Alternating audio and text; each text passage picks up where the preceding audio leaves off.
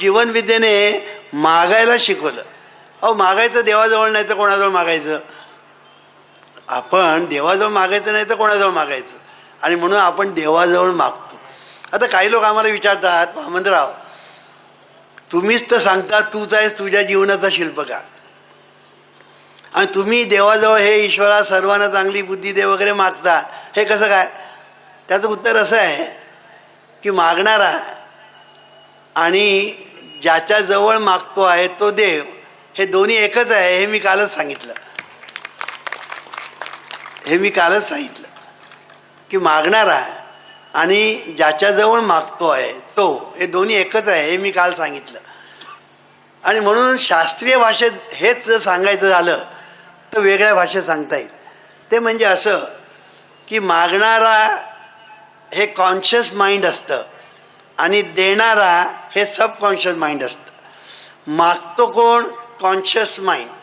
देतो कोण? Subconscious mind. आणि कॉन्शियस माइंड आणि सबकॉन्शियस माइंड हे दोन कोणाची आहेत? माझीच आहेत. म्हणजे लक्षात घ्या की आपण ते मागत असतो, ते मागण्यामध्ये आपण खरं सांगायचं म्हणजे कॉन्शियस माइंड मागत असतं आणि देत असतं ते सबकॉन्शियस माइंड देत असतं. बहिर्मन आणि अंतर्मन त्याला म्हणतात. पण आपल्याला असं वाटतं की आपण देवाजवळ मागतो आणि देव देतो. देव काहीही देत नाही आणि देव तुमच्याजवळून काहीही घेत नाही, हे पहिलं लक्षात ठेवा. तुम्ही बघा, आता हे तुमच्या मनाप्रमाणे एखादी गोष्ट घडली, तुम्ही देवाजवळ जाऊन पेढे ठेवलेत, 1 किलो पेढे ठेवले, त्यातलं एक तरी पेढा देव खातो का? अर्धा तरी पेढा देव खातो का? तो देव काही खात नाही. तुम्ही त्याला दिलं तो काही खात नाही, कळलं की नाही? आणि तो तुम्हाला काही देत पण नाही, हे लक्षात ठेवायचं. देव तुम्हाला काही देत नाही आणि तो तुमच्याकडून काही घेत नाही, हे पहिलं लक्षात ठेवायचं. मग मागतो कोण? मागणारं कॉन्शियस माइंड आहे आणि देणारं सबकॉन्शियस माइंड आहे. म्हणून कॉन्शियस माइंडने मागताना कॉन्शियसली मागितलं पाहिजे, मागताना कॉन्शियस असलं पाहिजे, जागृत असलं पाहिजे, आणि मागताना जे मागायचं ते सर्वांच्या हिताचं असलं पाहिजे, आपल्या सकट. ह्यात एवढ्या गोष्टी आपण लक्षामध्ये ठेवल्या पाहिजेत. पण आज आपण जीवनामध्ये आपलं जीवन जगत असताना काय करतो? आपलं सतत अनिष्ट चिंतन चाललेलं असतं. आपलं सतत अनिष्ट चिंतन चाललेलं असतं. कोण काळजी करतो, कोण चिंता करतो, कोण दुःख करतो, कोण मत्सर करतो, कोण द्वेष करतो, कोण तिरस्कार करतो, कोण निंदा करतो, कोण नालस्ती करतो. हे सतत चाललेलं असतं. हे जे चाललेलं जे असतं ते वास्तविक आपण त्या अंतर्मनाकडे मागत असतो. तुम्ही जे करता ते देवाजवळ मागता, हा जीवनविद्येचा सिद्धांत लिहून ठेवा. तुम्ही जे करता ते देवाजवळ मागता. म्हणजे मागण्यासाठी तोंड उघडायला नको, देवा मला अमुक दे तमुक दे, नको. तुम्ही काय करता ते तुम्ही देवाजवळ मागता. ही गोष्ट आपण सतत लक्षात ठेवली पाहिजे. आणि आपण जे करतो ते फक्त हाताने करतो हे खरं नाही. आपण 4 ठिकाणी कर्म करत असतो. एक म्हणजे चिंतन करतो, दुसरं आपण इच्छा करतो, तिसरं आपण बोलतो, आणि चौथं आपण करतो.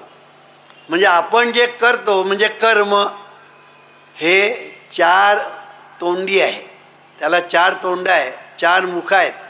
जसं ब्रह्मदेवाला 4 मुख आहेत तसं या कर्माला 4 मुख आहेत. म्हणून आपलं जे कर्म आहे ते ब्रह्मदेव आहे हे आपण लक्षात ठेवायचं. आपलं कर्म हे ब्रह्मदेव आहे हे आपण लक्षात ठेवायचं. आणि हे कर्म तुम्ही जे करता ते तुम्हाला देत असतं. ॲक्शन झाली, रिॲक्शन होणारच. आज, उद्या, परवा, एरवा, तेरवा, पण होणार म्हणजे होणार. ॲक्शन केली की त्याची रिॲक्शन होणार. आणि म्हणून ॲक्शन आपण काय करायची हे आपण ठरवायचं, रिॲक्शन काय मिळायची हे आज ठरलेलं आहे. आणि म्हणून जीवनविद्या असं सांगते की जीवन जगत असताना तुमची ॲक्शन जी आहे ती नेहमी चांगली पाहिजे. म्हणून आम्ही त्याला कर्मचांग असं म्हणतो. आम्ही त्याला कर्मचांग असं म्हणतो. पण लोक कर्मकांडात गुंतलेले आहेत. लोक कर्मकांडात गुंतलेले आहेत. कर्मचांग करण्याच्या बाबतीमध्ये पूर्ण बेफिकीर आहेत, पूर्ण बेसावध आहेत. तिकडे त्यांचं पूर्ण दुर्लक्ष झालेलं आहे. आणि देवाजवळ मात्र आपण सतत काय ना काहीतरी मागत असतो. मला सांगायचा मुद्दा असा, देवाजवळ काही मागायचीच गरज नाही.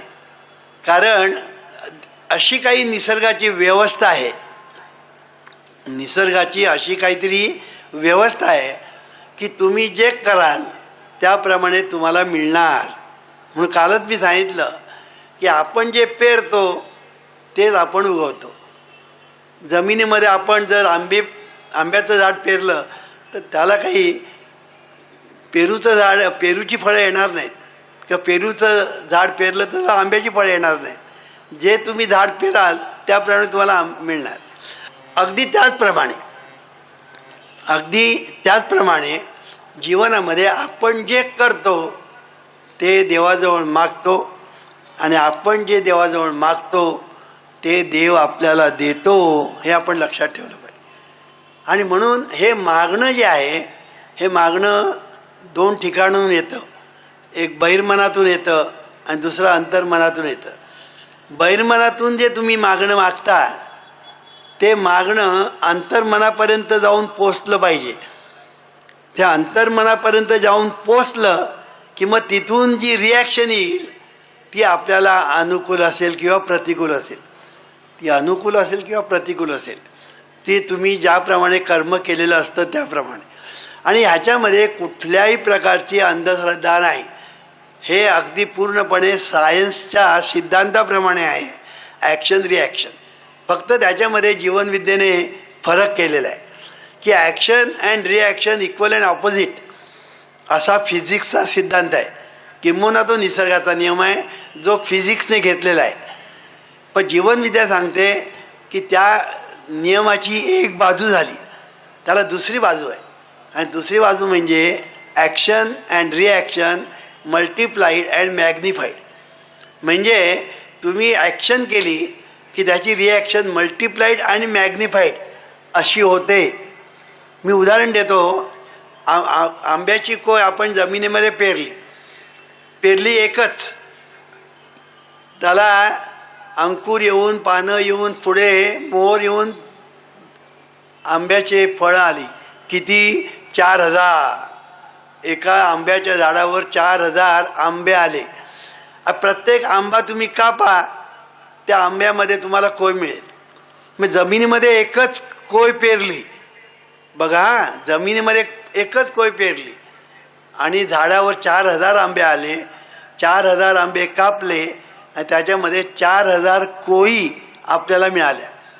बघा, एका बीजापोटी तरुवर कोटी असं जे तुकाराम महाराज म्हणतात ते असं आहे. म्हणजे मल्टिप्लाइड अँड मॅग्निफाईड हा एक झाला. आणि दुसरं action and reaction equal and opposite, म्हणजे दोन आहेत. ह्याचा अर्थ असा की तुम्ही एखादी सूक्ष्म गोष्ट जर केलीत, उदाहरणार्थ सुख देणं किंवा दुःख देणं. आता सुख आणि दुःख हे अत्यंत सूक्ष्म आहे. हे जे सूक्ष्म आहे ते तुम्ही जेव्हा देता तेव्हा ते बुमरँग होऊन तुमच्याकडे परत येतं, मॅग्निफाईड मल्टिप्लाइड. लक्षात ठेवा, तुम्ही दुसऱ्यांना जेव्हा दुःख देता तेव्हा ते दुःख सूक्ष्म असल्यामुळे तुमच्याकडे ते बुमरँग होऊन परत येतं, मल्टिप्लाइड मॅग्निफाईड. लक्षात ठेवा. आणि म्हणून जीवनविद्या असं सांगते की तुम्ही इतरांना जे सुख द्याल ते सुख तुमच्याकडे बुमरँग होऊन परत येणार आहे सहस्रपटीने, हे लक्षात ठेवा. आणि दुःख द्याल तर ते सहस्रपटीने परत येणार आहे, हे लक्षात ठेवा. मग सुख द्यायचं का दुःख द्यायचं हे तू ठरव, कारण तूच आहेस तुझ्या जीवनाचा शिल्पकार. ईश्वरा सर्वांना चांगली बुद्धी दे, आरोग्य दे, सर्वांना सुखात आनंदात ऐश्वर्यात ठेव. सर्वांचं भलं कर, कल्याण कर, रक्षण कर.